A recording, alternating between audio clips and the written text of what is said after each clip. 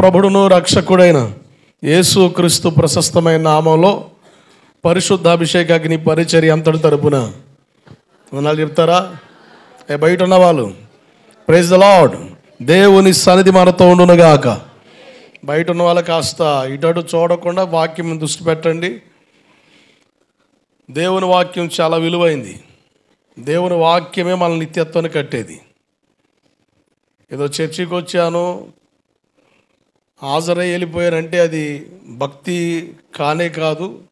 మనం దేవుని సన్నిధికి వస్తుంది వాక్యం విని బలపడ్డానికి. కనుక వాక్యమే మన హృదయాన్ని కట్టునుగాక. యెషయా పుస్తకం 6వ అధ్యాయం 2వ వచన భాగాన్ని చదువుదాం. ఆయనకు పైగా శరాపులు నిలిచి ఉన్నారు, ఒక్కొక్కరికి 6 రెక్కలున్నాయి. ప్రతివాడు 2 రెక్కలతో రెండిటితో తన కాళ్ళను కప్పుకొనుచు ఎగురుతా ఉండెను. జాగ్రత్తనండి, దేవదూతల గురించిన చక్కని వివరణ పరిశుద్ధ గ్రంథంలో ఉంది. 7 రకాల జ్ఞానాల గురించి బైబిల్లో ప్రస్తావించబడిందని మాట్లాడుతూ దేవదూతల జ్ఞానాల గురించిన వివరణ మనం చూస్తా. అసలు దేవదూతల గురించిన ప్రస్తావన బైబిల్లో ఏముంది, వాటి స్థితి ఏమిటి, వాటి స్థాయి ఏమిటి, అసలు దేవదూతలు ఎలా ఉంటాయి, బయట ఉన్నోడికి అర్థం కావట్లే. కొన్నిసార్లు మాకు 2 రెక్కలు కలిగిన మనుషులు కనబడుతున్నారు, ఒకడు ఏలియన్స్ అంటాడు, ఒకడు ఏదేదో అంటాడు. రకరకాల మాటలు బయట వాళ్ళకి వస్తూ ఉన్నాయి. కానీ దేవుని బిడ్డలుగా సృష్టిని కలిగించిన సృష్టికర్తను ఆరాధిస్తున్న మనం అసలు దేవదూతలు ఎలా చేయబడ్డాయి, అసలు దేవదూతలు ఉన్నాయా, వాటి స్థితి ఏమిటి, వాటి ఆహారం ఏంటి, వాటి విధానం ఏమిటి, బైబిల్లో ఏమి ప్రస్తావించబడింది అన్న విషయాలు మనం చూస్తా ముందుకు వస్తూ ఉన్నాం. దేవుడు చేసిన సృష్టిలో 2 భాగాలు ఉన్నాయి, విజిబుల్ అండ్ నాన్ విజిబుల్. కనిపించే సృష్టి ఒకటి, కనబడిన సృష్టి ఒకటి. దాన్ని క్యాజువల్గానే మాట ఏంటంటే ఆత్మల లోకం అంటారు కొంతమంది. ఆత్మ మండలం, అది కనిపించే లోకం కాదు. అది కనిపించని లోకంలో చేయబడిన ఒక సృష్టిలో భాగమే దేవదూతలు. దేవదూతల గురించిన వివరాలు మనం చూస్తా. యెషయా ప్రవక్త చూస్తున్న దర్శనం ఒక భాగం దేవదూతల గురించిన వివరణ మనకు కనబడుతుంది. ఈ ప్రవక్త అంటాడు, దేవుని సింహాసనానికి సమీపంగా దూతలు ఉన్నాయి, ఆ దూతలకి 6 రెక్కలు ఉన్నాయి. 2 రెక్కలతో మొక్కను కప్పుకుంటున్నాయి, 2 రెక్కలతో కాలు కప్పుకుంటున్నాయి, 2 రెక్కలతో ఎగిరి వెళ్ళిపోతున్నాయి అని స్పష్టంగా రాయించాడు పరిశుద్ధాత్ముడు. బైబిల్లో ఏదన్నా పరిశుద్ధాత్ముడు రాయించాడంటే ఖచ్చితంగా అది మనకు అవసరమే. నేను చాలాసార్లు చెప్పాను, బైబిల్లో అనవసరమైనది ఏది కూడా లేదు. 66 పుస్తకాల్లో ఆదికాండం 1వ వచన భాగం నుండి ప్రకటన గ్రంథం చివరి అధ్యాయం చివరి వచనం వరకు, చివరి పదం వరకు ప్రతిదీ కూడా అవసరమే. నేనంటాను, ఒకవేళ సింహాసనం ఎదుట దేవదూతలు ఉన్నాయి, వాటి పేరు శరాపులు, మహాదూతలు అని చెప్పి వదిలేసి ఉంటే దాని గురించిన ఆలోచన చేసేవాళ్ళం కాదు. స్పష్టంగా 2 రెక్కలతో మొఖాన్ని కప్పుకున్నాయి, 2 రెక్కలతో కాలు కప్పుకున్నాయి, 2 రెక్కలతో ఎగురుతున్నాయి. అసలు ఎందుకు 2 రెక్కలతో మొఖాన్ని కప్పుకున్నాయి చెప్పకని చెబుతున్నాయి. మనం కనబడకూడదు, ఆయన కనబడాలి. 2 రెక్కలతో కాళ్ళు ఎందుకు కప్పుకున్నాయి, నా ఇష్టం కాదు, దేవుని ఇష్టం జరిగించాలి. 2 రెక్కలతో ఎగిరి వెళ్ళిపోతున్నాయి, చెప్పకని చెబుతున్నాయి. ఒక రోజున మనం కూడా మధ్యాకాశంలో కడబోర శబ్దం వినబడినప్పుడు మనం కూడా పక్షి రాజుల వలె ఎగిరి వెళ్ళిపోతాము. దేవుడికి మహిమ కలుగునుగాక. యోబు 34:20 ప్రకారంగా బలవంతులే దైవికంగా కొనిపోబడతారు అన్న మాట మనం చూసాం. అంటే బలహీనులు దైవికంగా కొనిపోబడలేరు అన్న విషయాన్ని కూడా మనం ప్రస్తావించవచ్చు.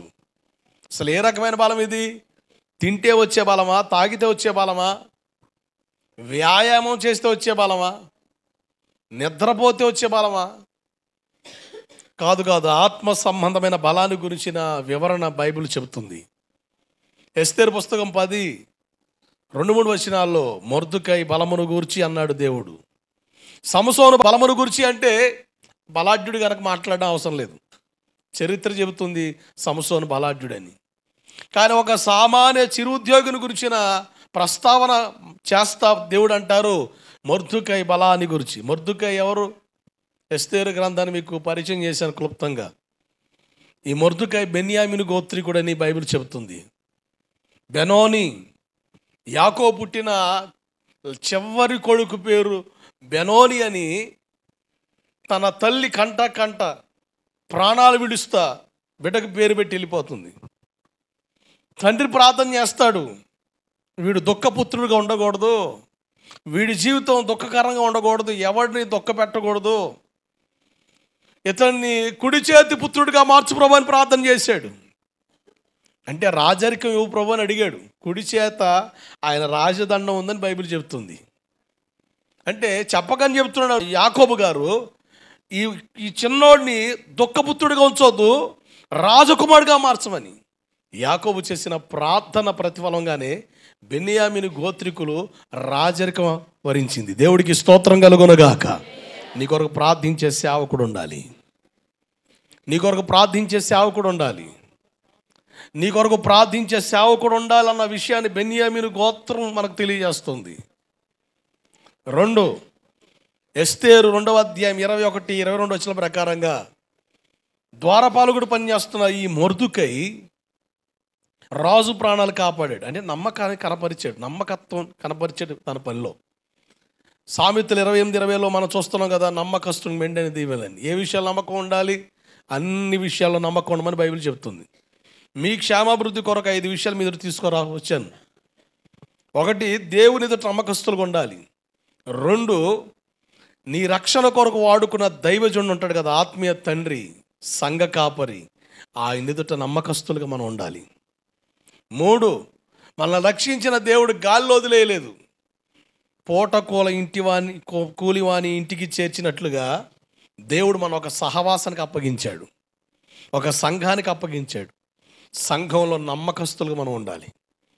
సంఘానికి వస్తున్న మనకి ఏదో ఒక పరిచర్య, మన ఆసక్తిని బట్టో, దేవుడిచ్చిన ప్రేరణ బట్టో, సేవకుని సలహాను బట్టో ఏదో ఒక పరిచర్య మనం చేస్తాం. అది పాటలు అవ్వచ్చు, అది ఊడ్చే పరిచర్య అవ్వచ్చు, సభల్లో సహకరించే పరిచర్య, అది ఏదైనా అవ్వచ్చు. పరిచర్యలో నమ్మకస్తులుగా ఉండాలి. మనుషులు చూస్తారు, మనుషులు చూసి పొగుడుతారని మనం పరిచర్య చేయకూడదు. పరిచర్య మనల్ని ఆశీర్వాదకరంగా మార్చడానికి కారణం ఏంటంటే దేవుని దృష్టిలో నిలిచేది గనక. ఆమెన్, హల్లెలూయా. అలాగే 5వదిగా మన బ్రతుకు తెరువు కొరకు డబ్బులు ఇచ్చాడు దేవుడు. డబ్బులు ఖర్చు పెట్టే విషయంలో నమ్మకస్తులుగా ఉండమని బైబిల్ చెబుతుంది. 4వ విషయాన్ని మనం చూస్తున్నాం కదా, పరిచర్యలో నమ్మకస్తులుగా ఉండాలి అని. బైబిల్లో భక్తజనం మనకు కనబడతారు. మోషే నాయకత్వంలో అహరోను మనం చూసాం. అదే మోషే నాయకత్వంలో యెహోషువను మనం చూసాం. ఏలియా నాయకత్వంలో ఎలీషాను మనం చూసాం. ఎలీషా నాయకత్వంలో గెహాజీ ఎట్లా అపనమ్మకస్తుడిగా కనబడ్డాడో చూసాం. పౌలు గారి నాయకత్వంలో తిమోతిని మనం చూస్తున్నాం. మొదటి భాగంగానే చెప్పాను, పౌలు గారు ఆయన పరిచర్య వివరాలు ఏంటో నేను పరిచయం చేశాను. తిమోతి ఎలా పరిచయం అయ్యాడు పౌలు గారికి అని. అలాగే గడిచిన వారం చెప్పాను, తిమోతిని గురించిన వివరాలు బైబిల్లో ప్రస్తావించబడ్డాయని మాట్లాడుతా పౌలు గారు చెబుతాడు, నీ తల్లి యునేకియే అలాగే అవ్వ లోయను బట్టి నువ్వు చక్కగా విశ్వాసంలో కొనసాగుతున్నావని. అంటే మన పిల్లలు ఆధ్యాత్మికంగా బలపడాలన్నా, ఆధ్యాత్మిక వాతావరణం ఎదగాలన్నా తల్లిదండ్రులుగా మనం చేయవలసిన ప్రోత్సాహం, కృషి, బాధ్యత ఉంది అన్న విషయాన్ని తిమోతి గారి కుటుంబ సభ్యుల ద్వారా మనం చూడగలిగాం. ఈరోజు మరికొన్ని విషయాలు మీరు తీసుకొస్తాను, జాగ్రత్తగా చూడండి. 2వదిగా అపోస్తుల కార్యగ్రంథం 16వ అధ్యాయం 2వ వచన భాగం చదవండి.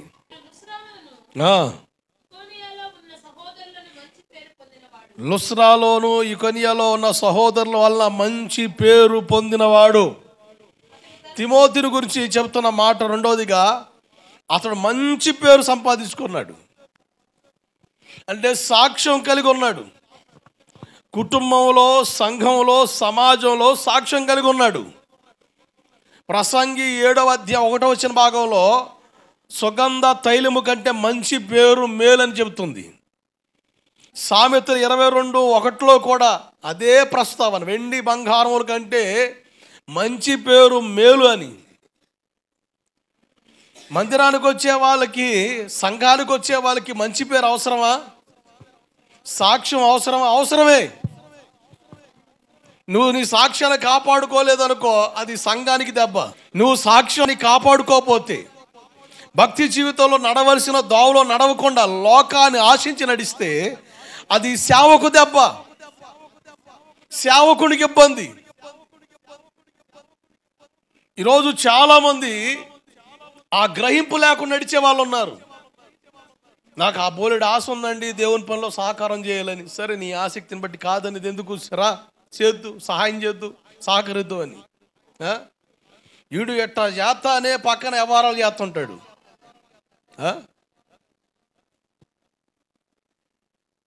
మనిషి స్వభావం ఎట్లా ఉంటుందంటే, గిడితే మంచోళ్ళు, గిట్టకపోతే చెడ్డోళ్ళే.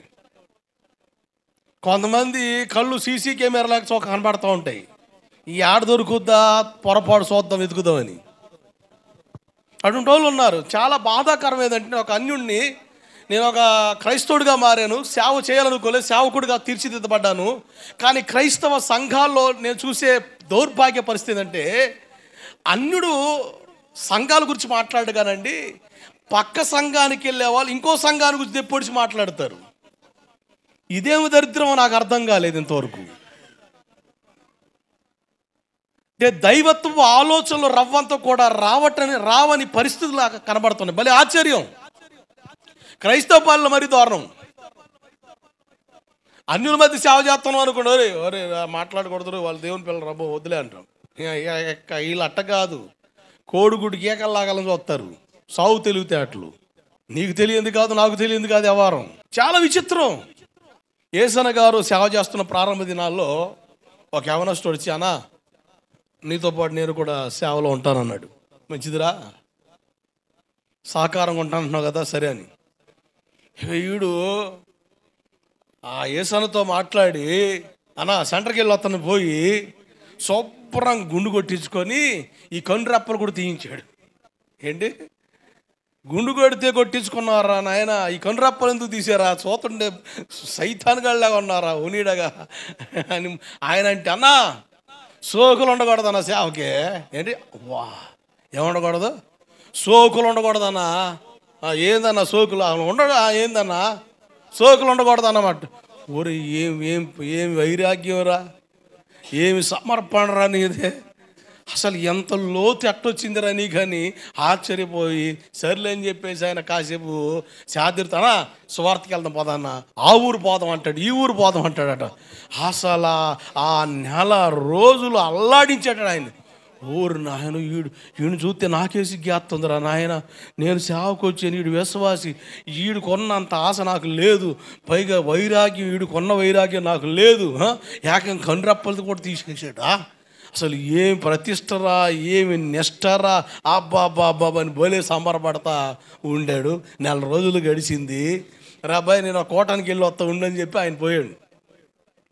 వెళ్ళొచ్చిన తర్వాత ఇక ఈయన రావట్లే.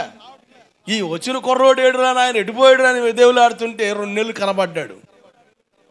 అరే సేవ అన్నావు, ఆశ అన్నావు, సువార్త అన్నావు, ప్రతిష్ట అన్నావు, సమర్పణ అన్నావు, అసలు ఇవన్నీ ఎడిపోయినాయిరా. శుభ్రంగా రోడ్డు మీద నిలబడి సిగరెట్ తాగుతున్నాడు. ఊరి దొంపగా కండ్రెప్పలు తీసేడు, గుండు కొట్టాడు. అసలు సేవ అన్నాడు, సమర్పణ అన్నాడు, ఇదన్నాడు, అదన్నాడు. ఏంది ఇదంటే కేసు కొట్టేసాడు అన్న. ఏంది, కేసు కొట్టేశారట. అంటే వీడి మీద ఒక కేసు పడింది. ఇప్పుడు తప్పించుకోవాలంటే ఏడుండాలా, ఏడుండాలా?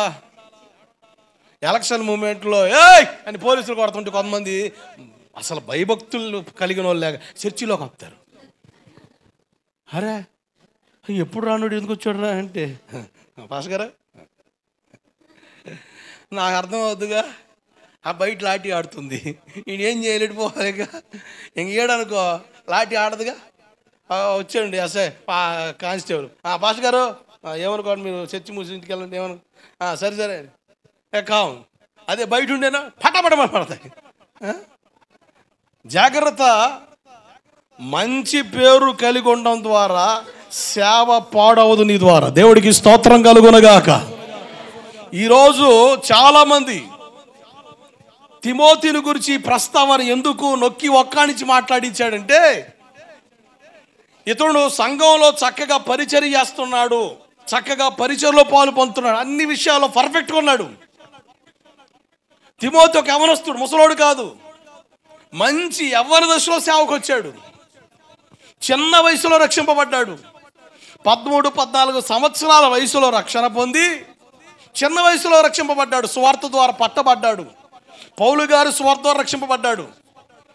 అక్కడ సంఘాన్ని కట్టాడు పౌలు గారు. ఆ సంఘంలో విశ్వాసిగా, పరిచారకుడిగా చక్కగా ఎదుగుతూ వచ్చాడు. మొదటి సువార్త దండయాత్రలో కట్టబడిన సంఘం అది. రెండవ సువార్త దండయాత్రకు కూడా అదే ప్రాంతాలకు వచ్చి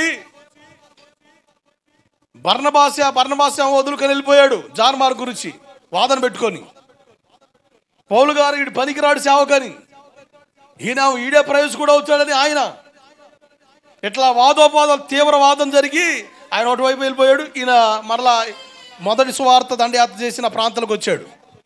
లుస్త్రా, దర్బే, ఈకొనియాకు వచ్చి నాకు పరిచయలో మంచి యవనస్తుడు కావాలని అడుగుతా ఉంటే, ఆ 3 ప్రాంతాల్లో ఉన్న సంఘాల వారు చెప్పిన విషయం ఏంటంటే, మీకు పర్ఫెక్ట్గా చక్కగా సేవలో సహకరించడానికి ఒకే ఒక కుర్రోడు ఉన్నాడు సంఘంలో, అతని పేరు తిమోతి. దేవుడికి స్తోత్రం కలుగునగాక. మంచి సాక్ష్యం, మంచి పేరు పొందాడు. బైబిల్ చెబుతూ చూడండి, అపోస్తల కార్యములు 6వ అధ్యాయం 3వ వచనం.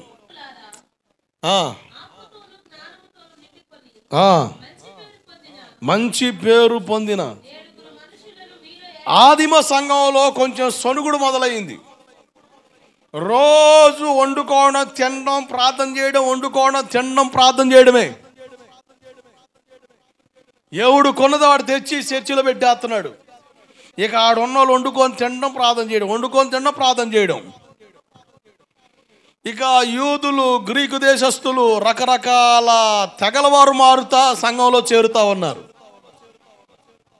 ఇక్కడ కొంచెం వాళ్ళకి ఇబ్బందికరం ఏదంటే, మాంసం వండిన రోజున పెద్దవాళ్ళు అంటారు కదా, వడ్డించేవాడు మనోడైతే మొక్కేడున్నా.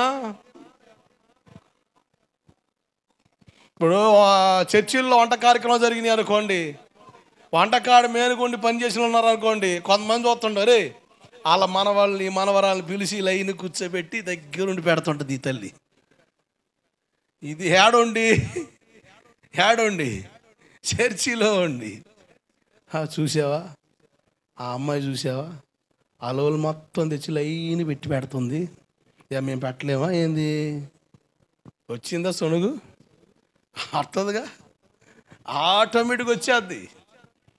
ఇక చూసుకో, వడ్డించేవాడు మనోడైనప్పుడు మొక్క ఏడన్నా వస్తుందా, టెన్షన్ పడే పని లేదు అని. ఇక వాళ్ళు ఇక మాంసం కాడ పుట్టింది పుండు. ఇక అది బాగా సెలరేగుతూ ఉంటే పాస్టర్ గారి దగ్గరికి వెళ్ళి, పేతురన్నా ఇటువంటి పరిస్థితి ఉందని. పేతురు గారు అంటాడు, అయ్యా మేము వాక్యం సిద్ధపరచాలి, ప్రార్థన చేయాలి, ఇక మేమే కొండల కాడుండి కడిగించి మళ్ళా బోర్లు పెట్టి వాటిని అప్పగించి, టెంట్ సామాన్ల కాడ నుంచి అలాగే వంట సామాన్ల కాడ నుంచి ఎక్కడ పడితే ఆడ మొత్తం మేము కవర్ చేసుకొని చర్చికి వచ్చి సాలిపోతాం రా నాయన. సరే, ఇటువంటి అభ్యంతరం కలగకుండా ఉండడానికి ఏం చేయాలి? మంచి పేరు, జ్ఞానము కలిగిన 7 యవ్వనస్తుల్ని సిద్ధపరచమన్నారు. దేవుడికి స్తోత్రం కలుగునగాక. యోగ్యులైన వారు. పరిచర్య కుండిపడడానికి కారణాలవే, అభ్యంతరాలు కారణాలవే, ఆటంకాలు కారణాలవే. చాలా గందరగోళ పరిస్థితులు, చిన్న చిన్న విషయాల్లోనే లోపించి, నేను వెళ్ళే సంఘం దెబ్బవుద్ది, అది దేవుని శరీరం అన్న గ్రహింపు కూడా లేని పరిస్థితుల్లో మనుషులు కదులుతూ ఉంటారు. బైబిల్ చెబుతుంది. అందుకనే మంచి సాక్ష్యంగా, అంటే సంఘంలో అందరితో మంచిగా ఉండే వాళ్ళని పరిచయలో పెట్టుకుంటే తలకై పోటు ఉండదు. నేను చాలాసార్లు చెప్పా, కొంతమంది భోజనాలు పెట్ట ఆపేసారేంది అని చెప్పి వదంతుల్లా కాడ వచ్చినప్పుడల్లా నేను కాముగా ఎంట వచ్చి 10 దానికి వేసిన రాయికల పరిగెత్తి ఆడ పరిగెట్టాలా? వేసిన 10 రాయికి పరిగెడితే ఎటురుకలా? మనం తొందరపడి స్పందించం. అలా అంటారన్నా సమాధానం చెప్పు. ఏడా? బలిపీఠం కాడా? అభ్యంతరకరం. బైబిల్లో నేను చూసిన ఒక చక్కని అనుభవం ఒకటే. పరిశుద్ధాత్ముడు ఆ విషయాన్ని చాలా చక్కగా నాకు అర్థమయ్యే రీతిలో దాన్ని విపులంగా నా హృదయంలో నాటాడు. చాలాసార్లు చదివి ఆ మాట. 1 కొరింథీ 14:26.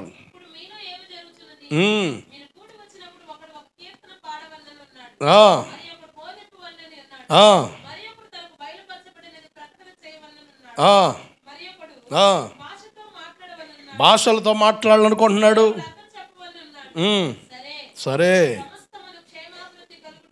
సమస్తము క్షేమాభివృద్ధి కలుగుట కొరకే జరగనివ్వండి. అదే 14వ అధ్యాయం చివరి భాగంలోకి వద్దాం. 40వ వచనం. సమస్తమును మర్యాదగాను క్రమముగాను జరగనీయండి. అది దేవుని సేవ ఆటంకపరచబడకుండా సమస్తము క్రమముగా మర్యాదగా జరగాలి.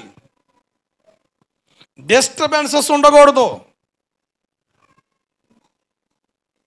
నేను అందుకని చాలాసార్లు చెప్పా, నమ్మకంగా మీరు మీ పిల్లల్ని నాకు అప్పగిస్తారో లేక దేవుడే తీసుకొచ్చి నా కాడ కూర్చోబెడతాడో, వాడు నీ కాడ కాసేపు నా కాడ కాసేపు ఉంటే కుదిరే పనులు కాదు. ఉంటే స్టాండర్డ్ నా చేతి కింద ఉండమే. అట్టా వచ్చిన ఒక 7 ఉన్నా చాలు, ప్రతి కోటను పోబెట్టి పంపిస్తా నీకు. దేవుడికి స్తోత్రం కలుగునగాక. హల్లెలూయా. సేవ పాడయ్యే పరిధులు ఎక్కడున్నా అది అసలు అనవసరం. అది పాటైని ఏదైనా,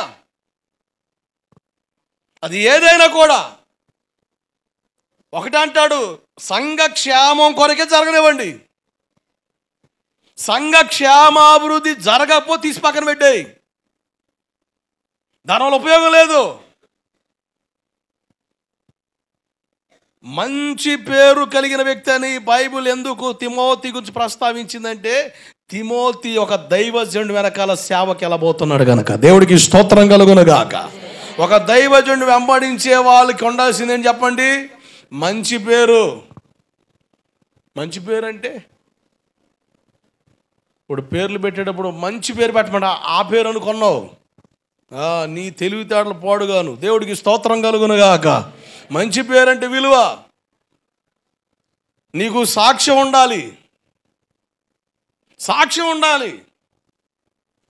నేను ఈ పిల్లల్ని బతుకులాడి ఎందుకు వాడుకున్నాంటే కనీసం అట్టగానే ప్రార్థనకు వస్తారని.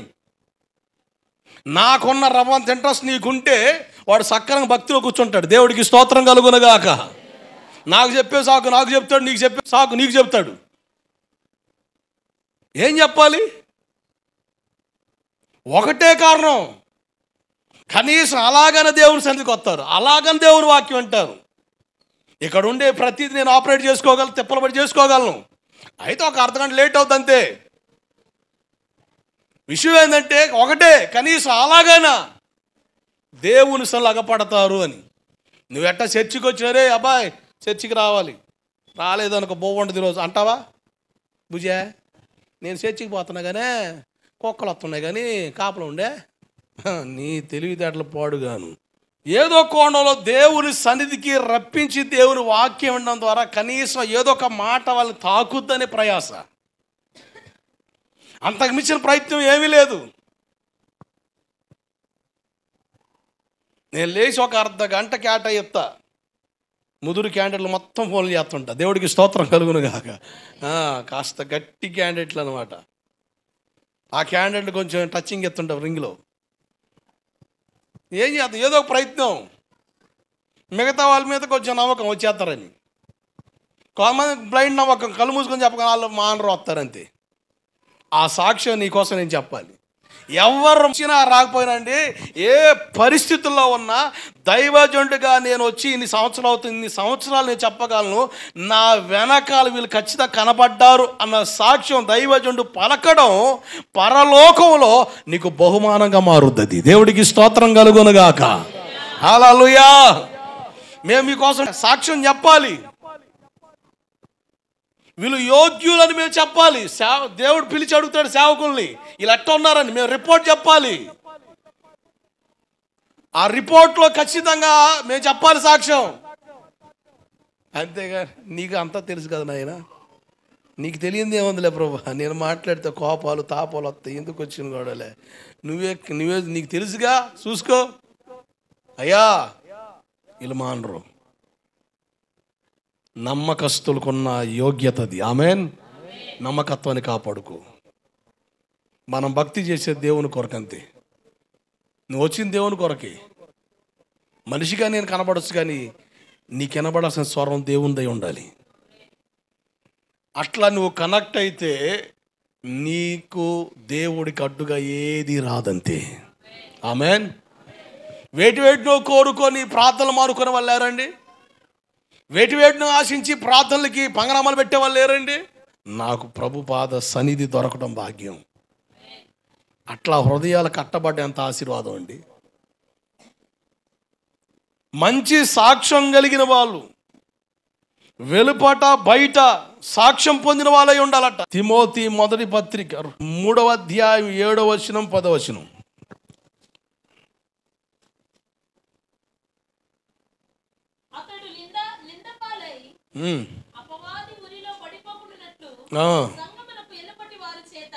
సంగమునకు వెలుపటి వారి చేత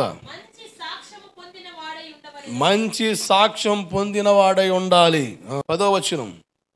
మరియు వారు మొదట పరీక్షింపబడవలెను, తర్వాత వారు అనింద్యులైతే పరిచారకులుగా ఉండవచ్చు.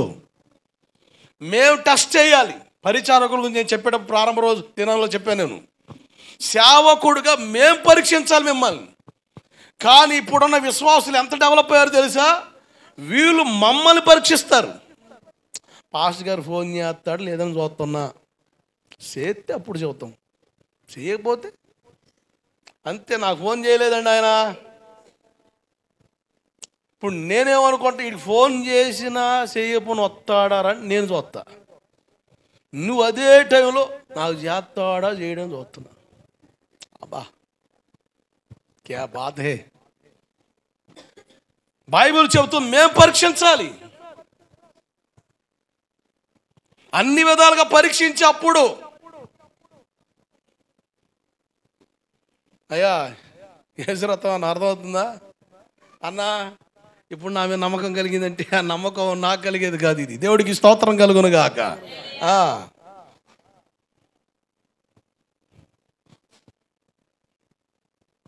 నమ్మకత్వాన్ని నిలబెట్టుకోవాల్సిన బాధ్యత ఖచ్చితంగా విశ్వాసికి ఉంది, ఉండాలంతే. బైబిల్ చెబుతుంది అలా ఉండడం ద్వారా నీ ద్వారా కనీసం నువ్వు 10 మందికి సువార్త చేయకపోయినా సంఘ క్షేమాభివృద్ధి నీ ద్వారా జరుగుతుంది. ఆమెన్. నువ్వు మారు, సరైన మార్పు నీ జీవితంలో కనపడడం ద్వారా నువ్వు చెప్పవసరంలే, నిన్ను చూసిన వాళ్ళే ఆటోమేటిక్గా ఆకర్షించబడి వస్తారంతే. నువ్వు సరిగా లేకుండా 10 మందికి సువార్త చేసిన సంఘానికి అడ్డుపండగానే మిగిలిపోతాం, శాపాడైపోద్ది, పరిచర్య కుంటుపడే పరిస్థితులు. దేవుడు మనకిచ్చిన బాధ్యతను భాగ్యాన్ని ఆశీర్వాదంగా ఎంచి దాన్ని నిలుపుకోవడం వలన మన తరతరాల్ని దేవుడు దీవెనకరంగా మార్చగలడు. ఆమెన్. 3వ కారణం చూడండి, అదే అపోస్తుల కార్యములు 16వ అధ్యాయం 1వ వచనం. ఒక అద్భుతమైన మాట, తిమోతి అనే ఒక శిష్యుడు ఉన్నాడు. బైబిల్ చెబుతుంది లుస్త్రాలో ఒక శిష్యుడు ఉన్నాడు. చాలా స్పష్టంగా బైబిల్లో ఒక విషయాన్ని ఒక వ్యక్తి కోసం ప్రస్తావించి మాట్లాడితే ఖచ్చితంగా దాని గురించి మనం తెలుసుకోవడం వల్ల ప్రయోజనం మనకి. తిమోతి గురించి బైబిల్ చెబుతున్న మాట, లుస్త్రాలో, దర్బేలో, ఇకోనియ ప్రాంతాల్లో ఉన్న సంఘాల్లో పౌలు గారు సువార్త చేయడం వల్ల కుటుంబాలు రక్షింపబడ్డాయి, మనుషులు కట్టబడ్డారు, సంఘం కట్టబడింది. ఆ సంఘ సహవాసంలో తిమోతి అనే ఒక శిష్యుడు ఉన్నాడు. There is one disciple. Discipline అన్న పదం నుంచే డిసైపుల్షిప్ వచ్చింది. డిసిప్లిన్ క్రమశిక్షణలో నుంచి శిష్యుడు, శిష్యరికం అన్న పదాలు ఉత్పత్తి అయ్యాయి. క్రమం అన్న పదంలో నుంచే డిసిప్లిన్ అంటే క్రమం, క్రమం అనే పదంలో నుండే డిసైపుల్షిప్ శిష్యులు, శిష్యరికం ఈ పదాలు ఉత్పత్తి అయినాయి. అంటే క్రమం, క్రమంగా ప్రార్థనకు వస్తాం, క్రమంగా బైబిల్ చదువుతాం, క్రమంగా ప్రార్థన చేస్తాం, క్రమబద్ధీకరణలో కనబడుద్ది. బైబిల్లో చెప్పబడిన ఒక 7 ప్రాముఖ్యమైన విషయాలు బైబిల్లో ఒక మాట మీకు చూపించి నేను దాని వివరణ ఇస్తాను. మత్తయి సువార్త 28వ అధ్యాయం 19 వచనం చదవండి.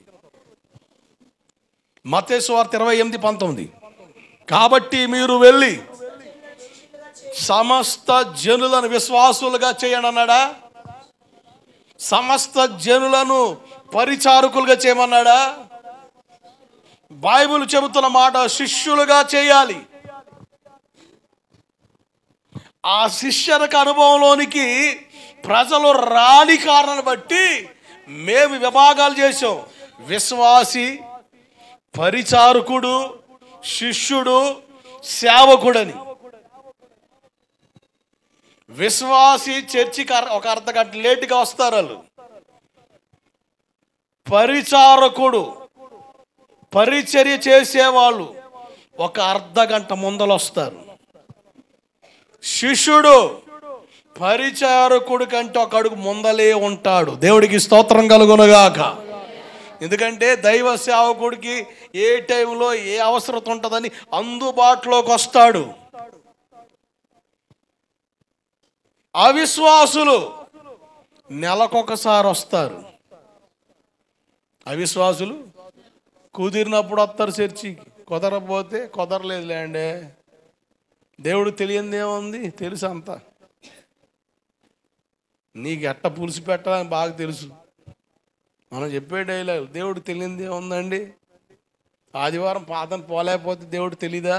తెలుసు. నీ తెలివితేటలు కూడా తెలుసు. అవిశ్వాసులు అడపాదడప ప్రార్థనకు వస్తారు. విశ్వాసులు వస్తారు ప్రార్థనకి, కానీ ఒక అర్ధగంట లేటు, ఒక గంట లేటు. మీరు బస్ స్టాండ్ల కాడ చూడండి, లేట్ సుబ్బారావు. ఏంది? లేకపోతే సుబ్బారావు లేటా అంటే ఇటు త్వరగా రాడా? లేట్ అంటే అట్ట అనుకోను. చిన్నప్పుడు నేను అదే అనుకునేవాడిని. లేట్ ఏంది? లేట్ అంటే ఆలస్యం కదా, అంటే వీడు త్వరగా రాడా ఏంది అనుకునేవాడిని. ఆ తర్వాత అర్థం, లేట్ అంటే లేడురా నాయనా, వాడి కోసం ఎంత చూసినాడు రాడు అని. అందుకనే తెలుగుగా ఏం పెడుతున్నారు? ప్లేట్ అని పెడితే బాగోదని లేటు అంటే, లేట్ అంటే ఇక లేడు అని అర్థం.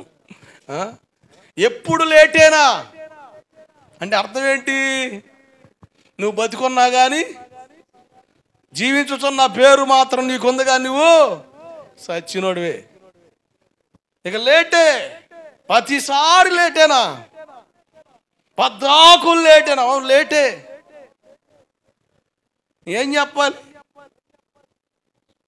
విశ్వాసులు లేటుగా వస్తారు, అంతకాదు లేటెస్ట్గా వస్తారు. పరిచారకులు విశ్వాసుల కంటే ఒక అర్ధగంట ముందలు రావాలి. విశ్వాసులు పోయిన తర్వాత ఒక అర్ధగంట తర్వాత. అంతేగాని ఇక గుంపులో గోవిందం అన్నట్టుగా, బరిగొడ్లో దొనపోతన్నట్టుగా ఇక ఆ సందుల్లో దూరిపోయేవాడిని పరిచారకుడు అనం. ఒక అడుగు ముందలొస్తాడు, ఒక అడుగు ఆలస్యంగా వెళ్తాడు పరిచారకుడు. శిష్యుడు అందుబాటులో ఉంటాడు, సేవకుని వెంబడించే వ్యక్తి. బైబిల్ చెబుతుంది శిష్యులుగా తీర్చిదిద్దమని.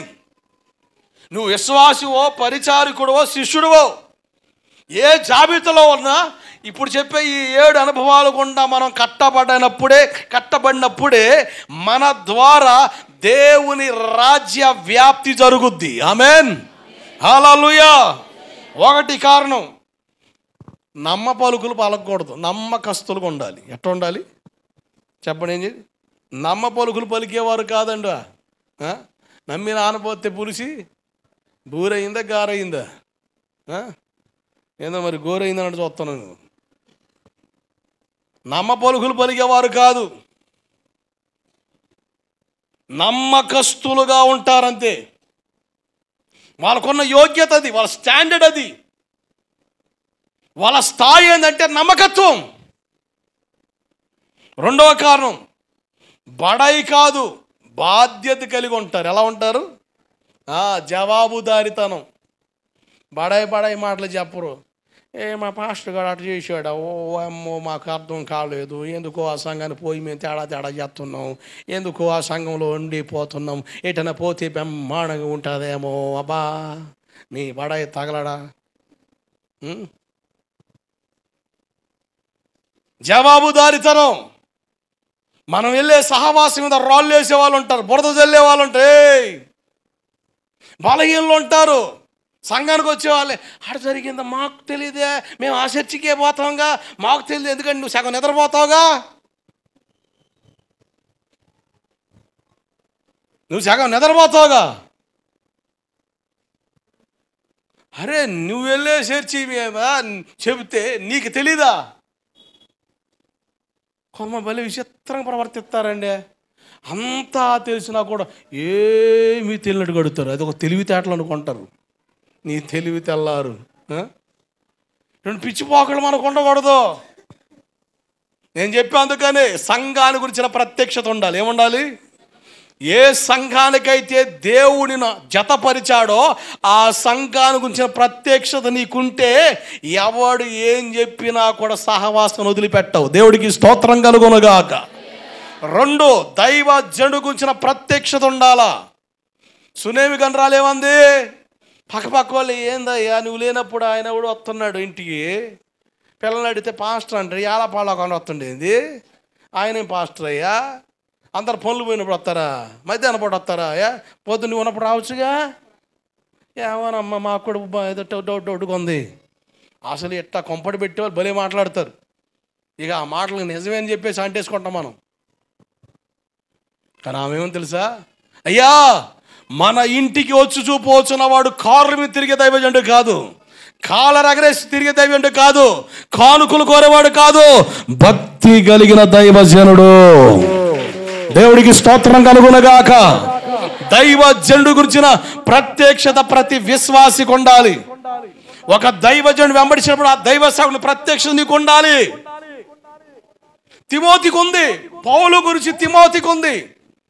పౌలు అపోస్తుడు కాదని చెప్పారు ఒకళ్ళు కొంతమంది. అసలు ఆయన ప్రసంగాలు కరెక్ట్ కాదు, చేదుగా ఉంటాయి, వినలేవు. అదేం ప్రసంగం అండి? లేచిన కాడు తిడతామైనా జనాల్ని, లేచిన కాడు ఇది అంటాడు అది అంటాడు, ఇదా? ఎంత కమ్మగా చెప్పాలి వాక్యం?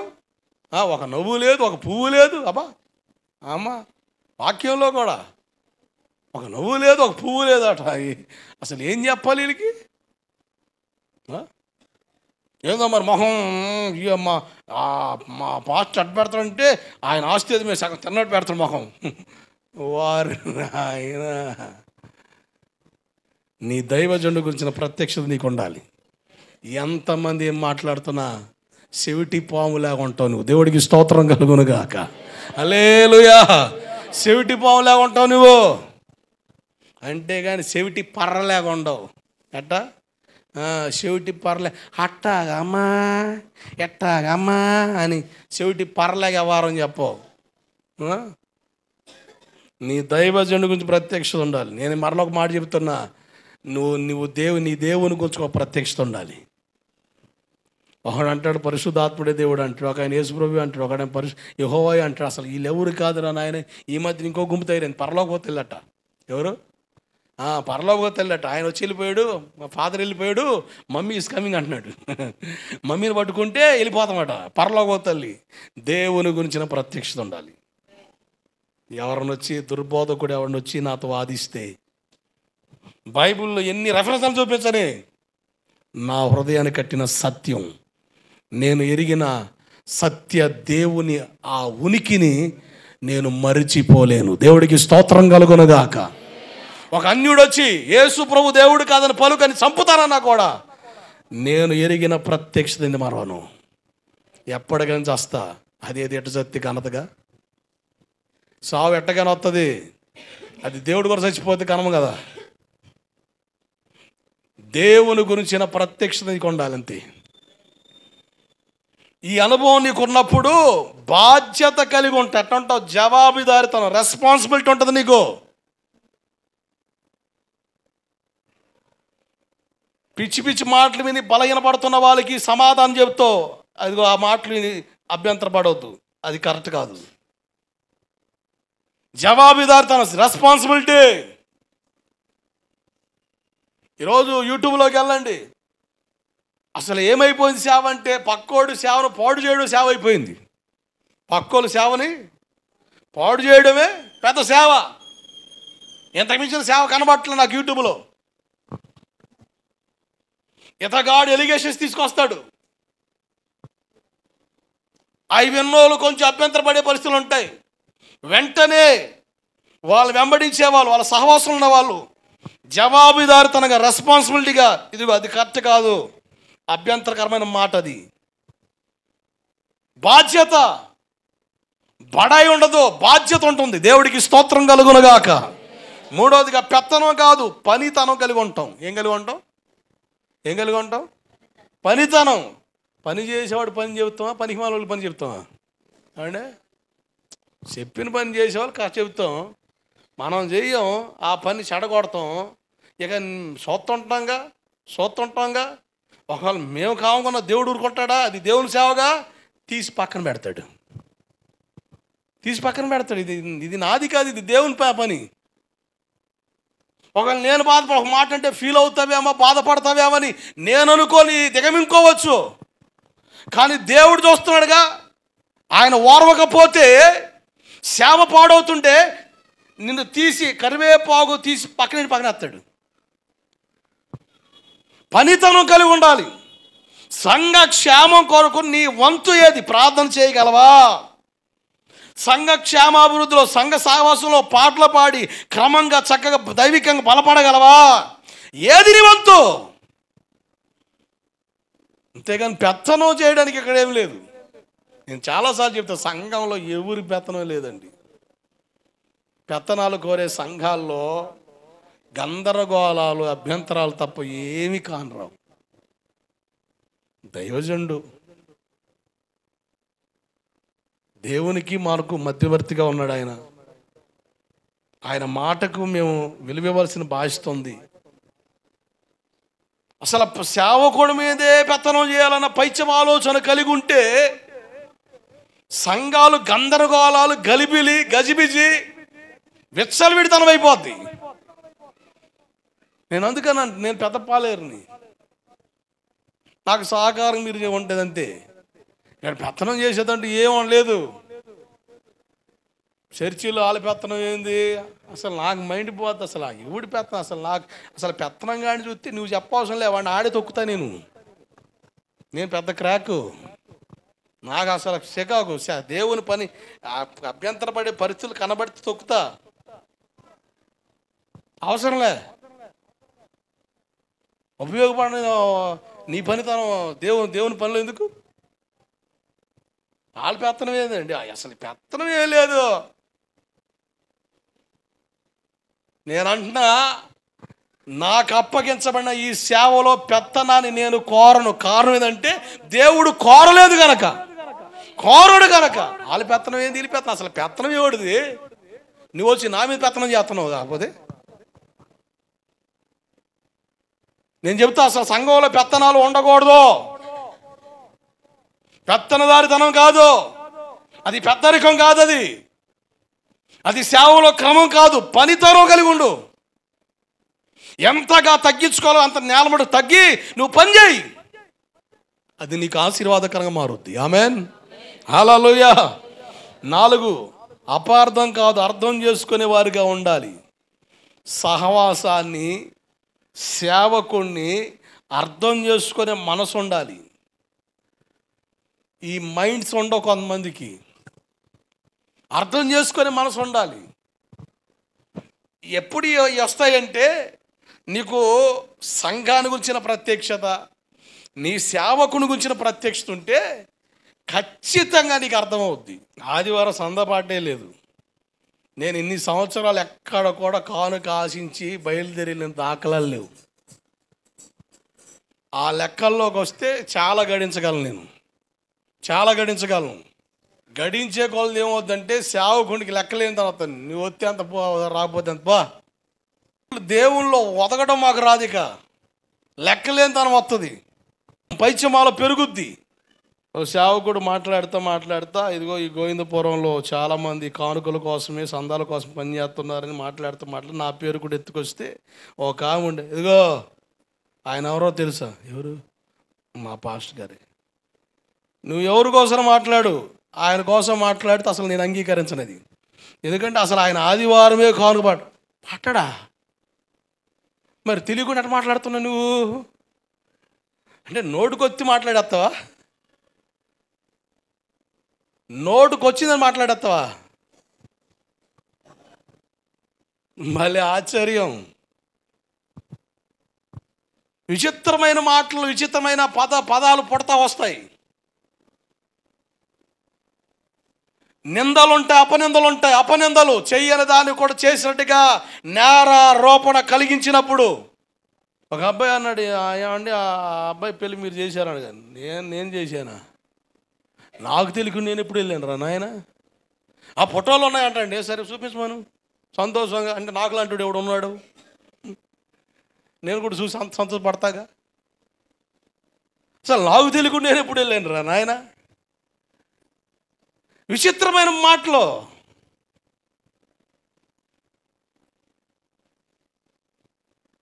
నేనంటాను, ఇటువంటి పరిస్థితులు సేవకులుగా మేము ఖచ్చితంగా ఎదుర్కొంటే వెళ్ళాల్సిందే. ఇటువంటి సందర్భాలు వచ్చినప్పుడు కొంతమంది బలహీనమైన వాళ్ళు బలహీనంగా ఆలోచించి అభ్యంతరపడే పరిస్థితులు ఉండడం కొరకు ఖచ్చితంగా నువ్వు అర్థం చేసుకునే స్థితిలోనికి రావడానికి నీ సేవకుడు గురించిన ప్రత్యక్షత నీకు ఉండాలంతే. నీ సేవకుడు గురించిన ప్రత్యక్షత నువ్వు కలిగి బ్రతకాలి.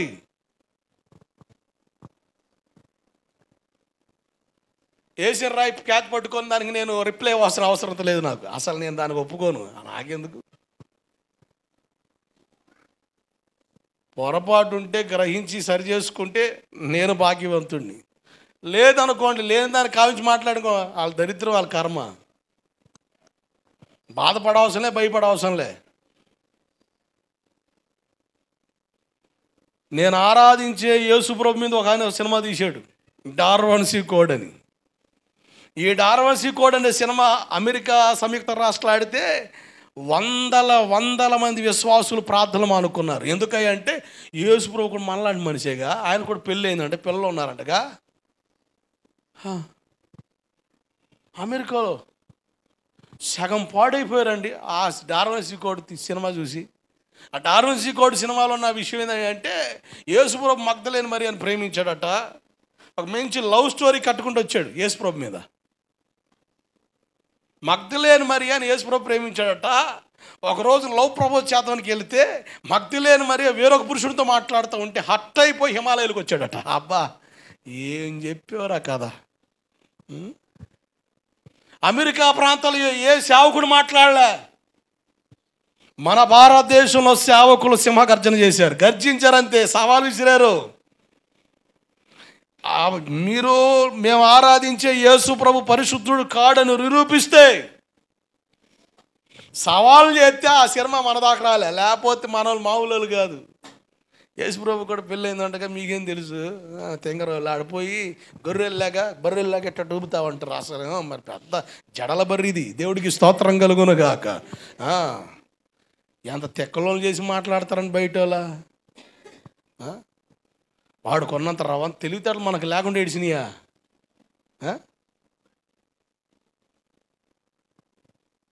అర్థం చేసుకునే మనసు కలిగి ఉంటారు. ఐదవదిగా ఎన్నిసార్లైనా నిందల్లో, బాధల్లో, సంతోషంలో సేవకుని సంఘాన్ని విడవక నిలిచి ఉంటారు. దేవుడికి స్తోత్రం కలుగునుగాక. యేసుప్రభు అంటారు, నా శరీరం మీరు తింటారు, నా రక్తం తాగుతారు అంటారు. ఇది కఠినమైన బోధనలు వేశారు. సరే, వాళ్ళకి ఏం అర్థమయ్యాడు ఆయన? 70 మందిలో 58 మంది ఇది కఠినమైన బాధ ఎవరు వినగలరని లేచారు. యోహాను సువార్త 6వ అధ్యాయం చివరి వచ్చిన భాగాలు మనం చూస్తాం సందర్భాన్ని. 58 మంది ఆయన విడిచి వెళ్ళిపోయారు. 12 మంది అలా నిలబడి ఉంటే మీరు కూడా వెళ్ళిపోవాలనుకుంటే వెళ్ళిపోండి అంటాడు. అప్పుడు పేతురు అంటారు, మేము ఆడికి వెళ్తాం అయ్యా, మేము ఆడికి వెళ్తాం, నీవు నిత్య జీవపు మాటలు గలవాడవు. ఆమేన్. వాళ్ళకేం అవి నిత్య జీవం కాదు. అసలు ఏందా పదం, ఏందా మాట, ఏందా ప్రసంగం? ఆయన శరీరం తినేదేంది, ఆయన మాంసం తినేదేంది, ఆ రక్తం తాగేదేంది? నరమాంస రక్షకులమా, రక్కసుల మందమా? మేము మా కుటుంబాలు వదిలిపెట్టాం, మా భార్యను వదిలిపెట్టాం. ఎవడు వదిలిపెట్టమన్నాడు నిన్ను? ఆయన వదిలిపెట్టమన్నాడా? అయ్యా అంత రంగిలు ఎందుకు వేస్తున్నావు నువ్వు? ఆయన వదిలిపెట్టమన్నాడా? బాడాయి బచ్చా కూళ్ళకి చచ్చా, వీడు చేసిన పనికి మళ్ళీ పని, అది పనికి మళ్ళీ రోజులు మాత్రమే అసలు పని కొట్టుకొని వస్తాయి. మేము అన్ని వదులుకొని వస్తే మమ్మల్ని నరమాంస పక్షులకు మాట్లాడతాను. మేము ఆయన శరీరం తిన్నాం, ఇది అసలు ఎవరు అనగలరు? 58 మంది వెళ్ళిపోయారు.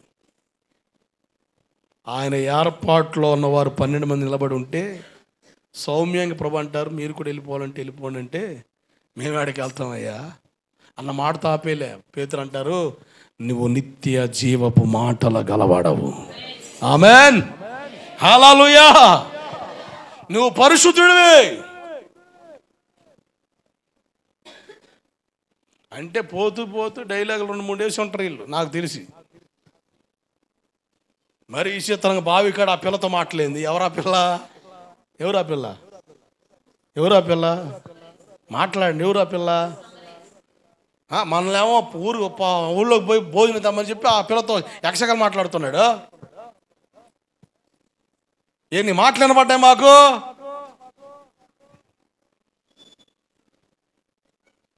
అని గొసగొసల్లో రొసరొసలు మాట్లాడుతూ పోయారు. అందుకని పేతురు అంటారు, నిత్య జీవ మాటలు కానీ నువ్వు పరిశుద్ధుడు అంటాడు. దేవుడికి స్తోత్రం కలుగునుగాక. యేసు ప్రభువుకు తన సేవకుని గురించిన ప్రత్యక్షత పేతురుకు వచ్చింది. యేసు ప్రభువులో ఒక రోజు అడుగుతారు, ప్రజలు ఏమనుకుంటున్నారు నా కోసం అంటే, ఒకళ్ళు ఏలి అనుకుంటున్నారు అయ్యా, ఒకళ్ళు బాప్తిస్మం యోహాను తిరిగి బతికాడు అనుకుంటున్నారు. రకరకాల మాట్లాడితే ఇంతకు నువ్వేమనుకుంటున్నావు అంటే పేతురు అంటారు, నీవు దేవుని పరిశుద్ధ కుమారుడు, నువ్వు దేవుని బిడ్డవు అంటాడు. యేసు ప్రభువు అంటే ఇది మనుషులు కాదు, దేవుడే నీకు బయలుపరిచాడు. దేవుడికి స్తోత్రం కలుగునుగాక. అంటే పేతురికి ఆయన గురించిన ప్రత్యక్షత ఉంది.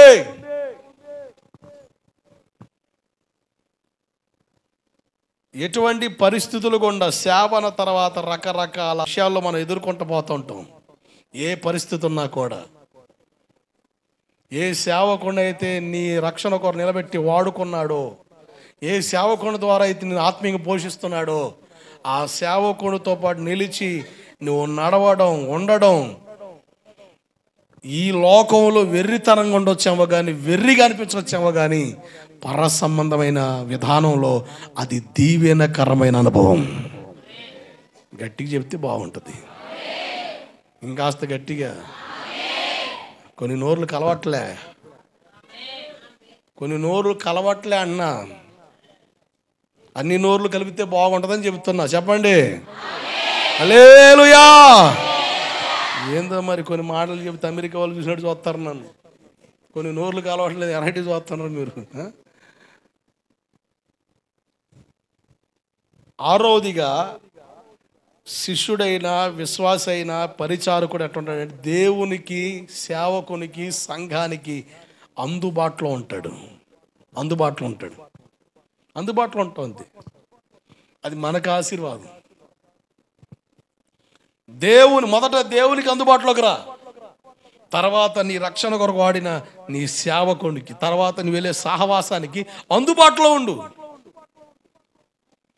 అట్లా అందుబాటులో ఉంటే జరిగే కార్యం ఏంది?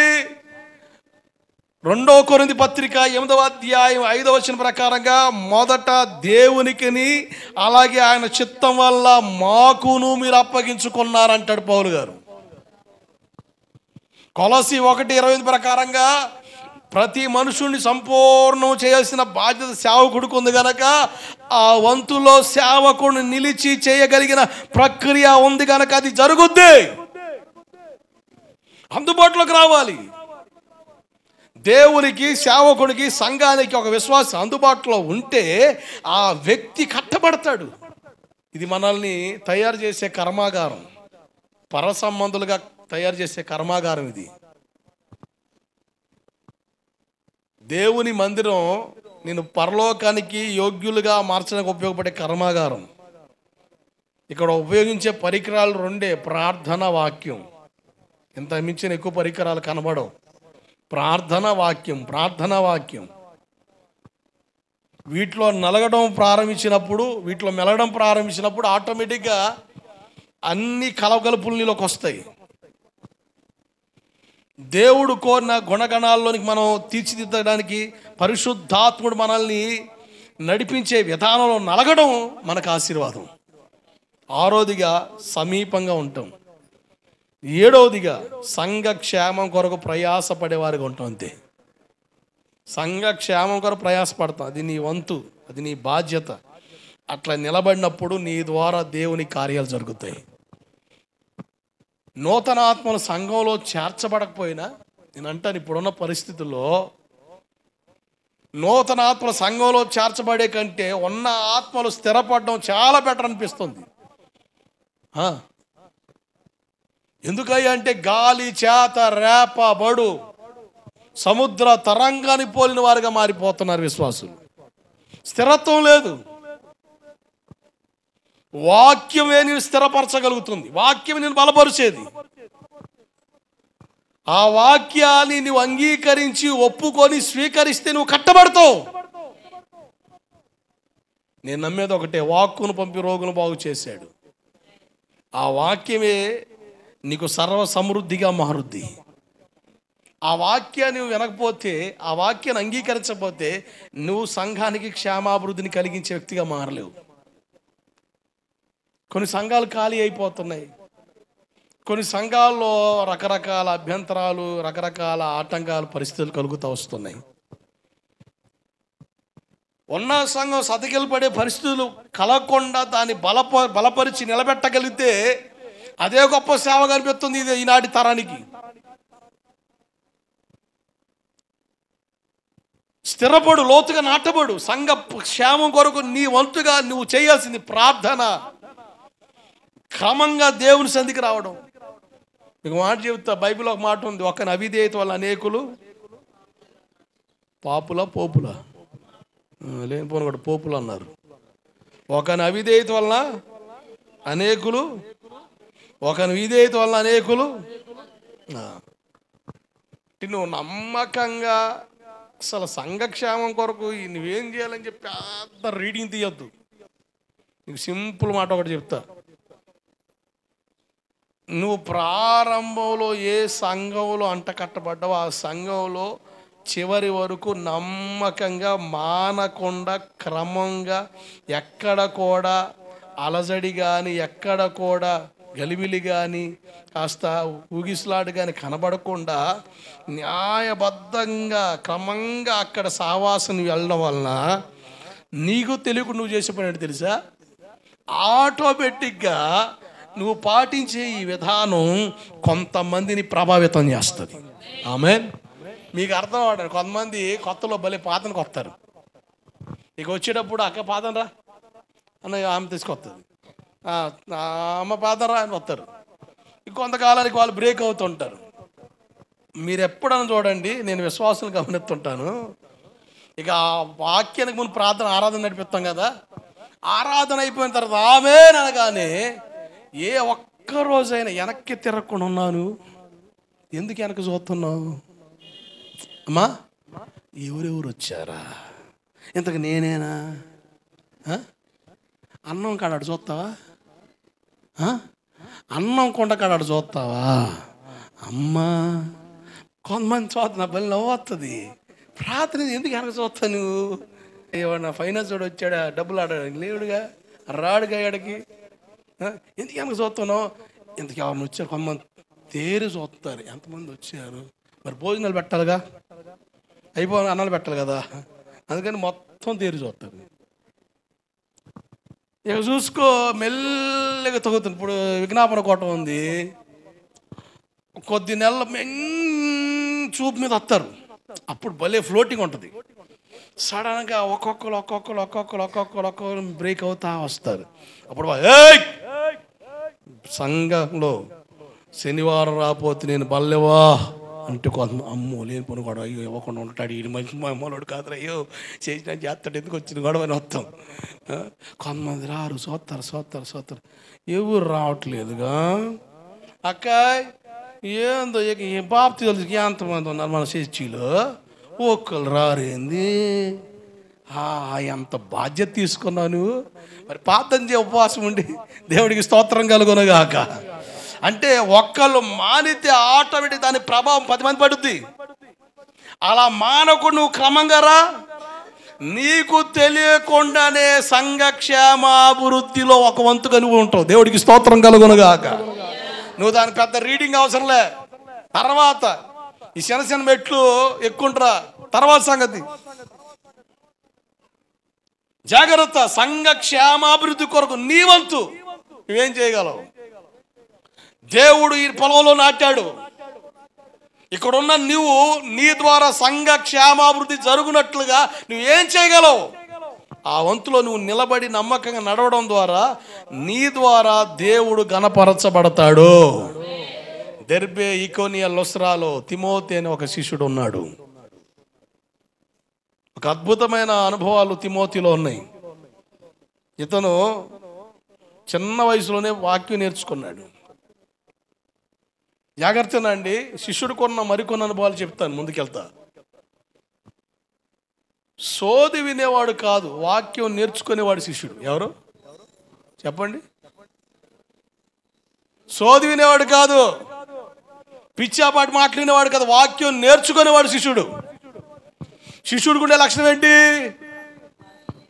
వాక్యం చెప్పేటప్పుడు, తండ్రి నా ఆత్మ నీకు వెంటనే అప్పగించేస్తాను, ఇంకా నిమిషం కూడా లేట్ ఉండదు, అప్పగించేస్తాడు.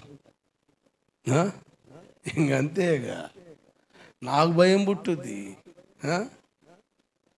పుసుకొని ఒరిగి కింద పడ్డాడు, లేనిపోను కూడా ఊరకనే ఎముకలు ఇరుగుతున్నాయి. చర్చిలో పోయి పడ్డాడు, ఎముక ఇరిగిందంటే మళ్ళీ లేనిపోను అదంతు. నాకు టెన్షను. నిన్న ఒక ఆయన వచ్చేదిగా, ఆ కుర్చీ కడుగు అన్నాడు, అరే ఆయన లేపురా, ఎదగాడు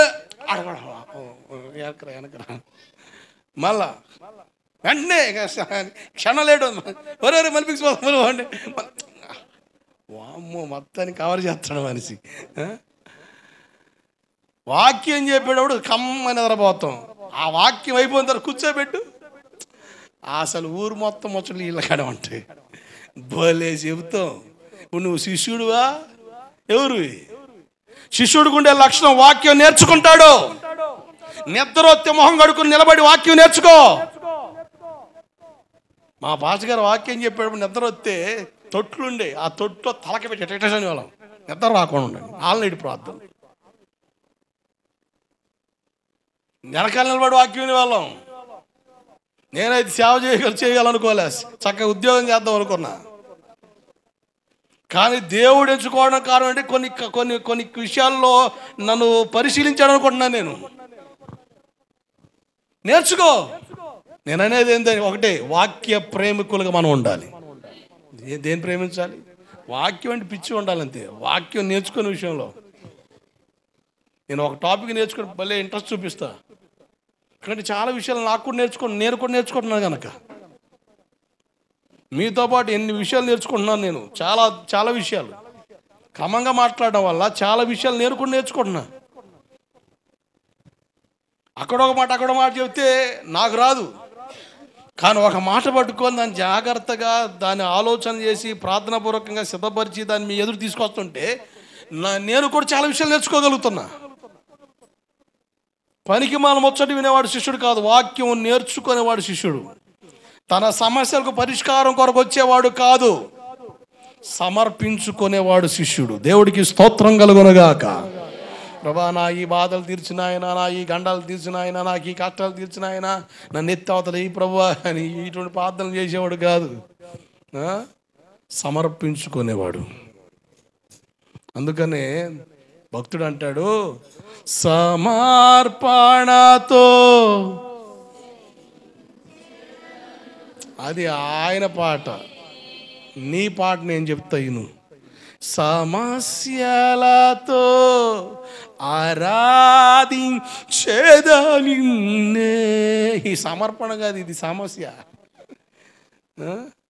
సమస్యలతో ఆరాధించేదా నిన్నే. కానీ ఆయన ఏమంటున్నాడు, సమర్పణతో. నా సమస్యలు కాదు ముఖ్యం, నేను నీకు. దేవుని సన్నిధికి వస్తే మనం ఒక అర్పణగా మారిపోవాలి. సమస్యల పరిష్కారం కొరకు వచ్చేవాడు కాదు, సమర్పించుకొని వాడు శిష్యుడు. యేసును మాటి మాటికి సిలువేసేవాడు కాదు, సిలువనెత్తుకొని వెంబడించేవాడు శిష్యుడు. దేవుడికి స్తోత్రం కలుగునగాక. యేసును సిలువేసేవాడు కాదు, ప్రభువా నాకు ఇది నువ్వు చేయలేదు నాయన, అది నువ్వు చేయలేదు నాయన, అంతే ప్రభువా, నన్ను నాకెందుకు చేస్తావు నాయన, నీకు కూడా స్వార్థం పెరిగిపోయింది ఈ మధ్య. అబ్బా ఈ బాధను బ్రహ్మాండంగా ఏడిచింది, ఆయనకు కూడా స్వార్థం ఎక్కువైపోయిందట, అందుకని నేను పట్టించుకోవట్లేదట, ఈయన పట్టించుకుంటే ఏదో చేస్తాడట. సిలువేసేవాడు కాదు, ప్రార్థనలో సిలువేస్తారా ఆయన్ని. ఎందుకు ప్రభా నాకు ఎందుకు చేయట్లేదు, నువ్వు ఏం చేసావు, నీకు అసలు మామూలు సిలువేస్తావు నువ్వు. సిలువేసేవాడు కాదు, సిలువనెత్తుకునేవాడు శిష్యుడు. జీవితంలో అపేక్షించేవాడు కాదు, ఆశించేవాడు కాదు. ప్రభా నేను నమ్ముకున్నాను కనుక నాకు ఇది కావాలి, అది కావాలి, ఇలా ఉండాలి, అలా ఉండాలి, అది చేయి, ఇది చేయవాడు కాదు, ఉపేక్షించేవాడు శిష్యుడు. అంతేకాదు యేసు కొరకు విడిచిపెట్టగలిగిన సామర్థ్యత కలిగిన శిష్యుడు. దేవుని నమ్ముకున్నా అంత మాత్రాన నాకు ఇది రావాలి, అది రావాలి, నాకు కలిసి రావాలి, నేను ఎక్కి రావాలి. ఎక్కొస్తావు, ఏడకి ఎక్కొస్తావు, ఎక్కి రాలేకపోతున్నప్పుడు మనం ఎక్కించు. ఎక్కలేనా తెచ్చారు కూడా ఎక్కించావు. అబ్బా భలే ఉపయోగపడింది ఆ మాట. ఆయన వేరే కోళ్ళు అడిగితే నువ్వు ఇంకో కోళ్ళు అడుగుతున్నావు దాన్ని పట్టుకొని. బైబిల్ చెబుతుంది జీవితంలో అపేక్షించేవాడు కాదు, ఉపేక్షించేవాడు శిష్యుడు. శిష్యులకు అనుభవంలో మనం రాగలిగితే ఆశీర్వాదం. తిమోతి గురించి బైబిల్లో స్పష్టంగా తిమోతి అనే శిష్యుడు ఉన్నాడు అని చెప్పడానికి కారణం, నేను ఇప్పుడు చెబుతున్న ఈ మాటలన్నీ కూడా తిమోతిలో మనం చూడబోతున్నాం. తిమోతి ఎట్లా పౌలు గారి శిష్యత్వం చేశాడో ఈ మాటలు ఆధారం చేసుకుని ఆయన జీవితంతో చూడబోతున్నాం. చాలా అద్భుతమైన వ్యక్తి. చివరి ఒక మాట చెప్పి నేను ముగిస్తాను. 1 తిమోతి పత్రిక 5:23 చూడండి. ఒక వివాదాస్పదమైన వచన భాగం ఇది. ఇక మీదట నీళ్ళే తాగక నీ కడుపు జబ్బు నిమిత్తం తరచుగా వచ్చే బలహీనతల కోసం ద్రాక్షారసం కొంచెంగా పుచ్చుకో. ఇంగ్లీష్ బైబిల్లో టేక్ లిటిల్ బిట్ వైన్ అని ఉంది. ఏంటి టేక్ లిటిల్ బిట్ వైన్? మనోళ్ళు కూడా అంటారు మాకు అది మెడిసిన్ అంటే ఏంటట, మెడిసిన్ అంట, నరాలు జువ్వు అనకుండా మెడిసిన్ అంటది. దాని పేరు కూడా ఏంటి మళ్ళీ మందు. ఏంటి మెడిసిన్ అంటే మళ్ళీ ఇంగ్లీష్ మళ్ళీడికి. కొన్ని పాశ్చాత్య దేశాల్లోనే కాదు, కొన్ని రాష్ట్రాల్లో ప్రార్థన అయిపోయిన తర్వాత బయట భాగంలో కొంచెం లైట్గా విస్కీ బ్రాందీ లైట్కి పోస్తారు, పోసి గ్లాసులో పోసి బయట పెడతారు. కోటం అయిపోయిన తర్వాత ఇక అందరు ప్రార్థన లైన్ వచ్చి ఒకటి తాక్కుని పోతాడు. నాకు తెలిసిన ఒక వ్యక్తి అటువంటి సంఘానికి హాజరయ్యాడు బెంగళూరులో. మన ఆంధ్రలో అటువంటి వ్యవహారం లేవు కదా. ఆ సంఘంలో వచ్చి లైన్గా తాగిపోతుంటే ఏదని చెప్పి కాస్త చూస్తే అది బ్రాందీ.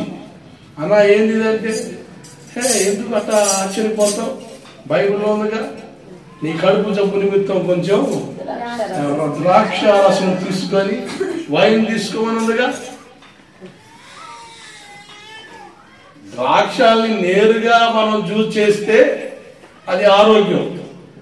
ద్రాక్షల్ని పులియబెట్టి నానబెట్టి కాస్త గుంతలు తీసి కొండలో పెట్టి అటు బాగా ఓరేసి అవి బాగా పులిపెక్కినప్పుడు తీసి సారా తెస్తారు.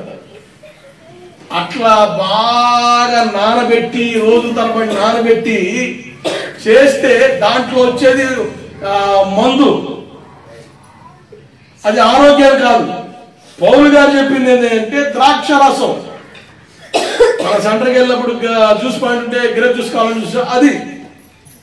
కానీ వీళ్ళు తెలివిగా అర్థం చేసుకున్న మాట ఏంటంటే కాస్త లైట్ గా వైన్ తీసుకోని బైబిల్లో ఉంది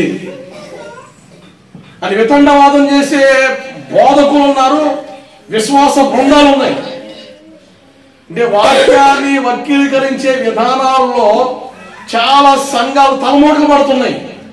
నేనంటాను, వాక్యాన్ని సరిగ్గా గ్రహించి వాక్యపు వెలుగులో చూసి దాన్ని ఒప్పుకొని దాన్ని స్వీకరిస్తే మనకు ఆరోగ్యం. ఆమేన్. హల్లెలూయా. నా మట్టుకు నేను ఒక వచ్చిన ఏదైనా అర్థం కాకపోతే ఒక 4-5 బైబుల్, తెలుగు వాడు బైబుల్ అని కొంచెం కొన్ని బైబుల్స్ మొదలు పెట్టి అసలు దాంట్లో ట్రాన్స్లేషన్ ఎట్లా ఉంది, ఇంగ్లీష్లో ఎట్లా ఉంది, ఏదైనా అరాకొరా హిందీ అర్థమైతే హిందీలో ఏమేమి ఉంది కాస్త చూస్తే దాని నడక అర్థం అవుతుంది. అక్షరార్థంగా తీసుకొని మాట్లాడినా తేడబడి పరిస్థితులు. అసలు ఏ ఉద్దేశంతో ఏ టెక్స్ట్ తో మాట్లాడి అర్థం కాకపోతే కష్టం. దాని బ్యాక్గ్రౌండ్ అర్థం అవ్వాలి.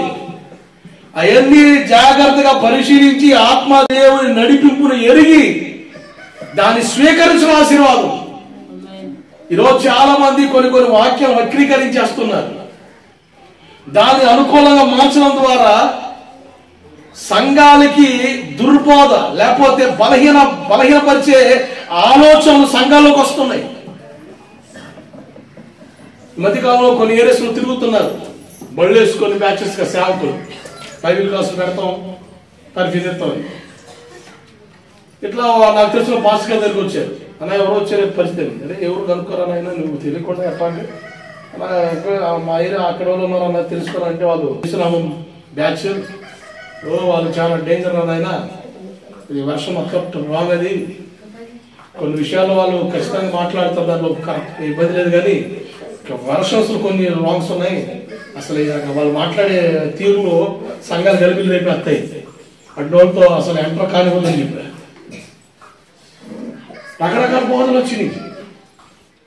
నువ్వు ఏది వింటున్నావో జాగ్రత్తగా విని అది వాక్యములో ఉన్న విషయం గ్రహించగలిగిన తీరు, ఆ గమనం నీకు రాకపోతే చాలా కష్టం. సేవకులుగా మేము కూడా మోసపోయే పరిస్థితులు ఉన్నాయి. బైబిల్లో ఉంది, ఏర్పరచబడిన వారు సైతం మోసగించిన వాడు సమర్థత కలిగినవాడు. జాగ్రత్తగా వాక్యాన్ని పరిశీలన. నేను ఈ మాట ఎందుకు చెప్తున్నానంటే, నేను వాక్యం చెప్తున్నా, బైబిల్లో ఉందో లేదు చూడు. గుడ్డిగా గోడపిల్ల చూసిన నన్నే చూడక, బైబిల్లో ఉందా లేదా చూసుకొని అప్పుడు తర్వాత సంగతి. లేకపోతే తేడా పడేది నువ్వే.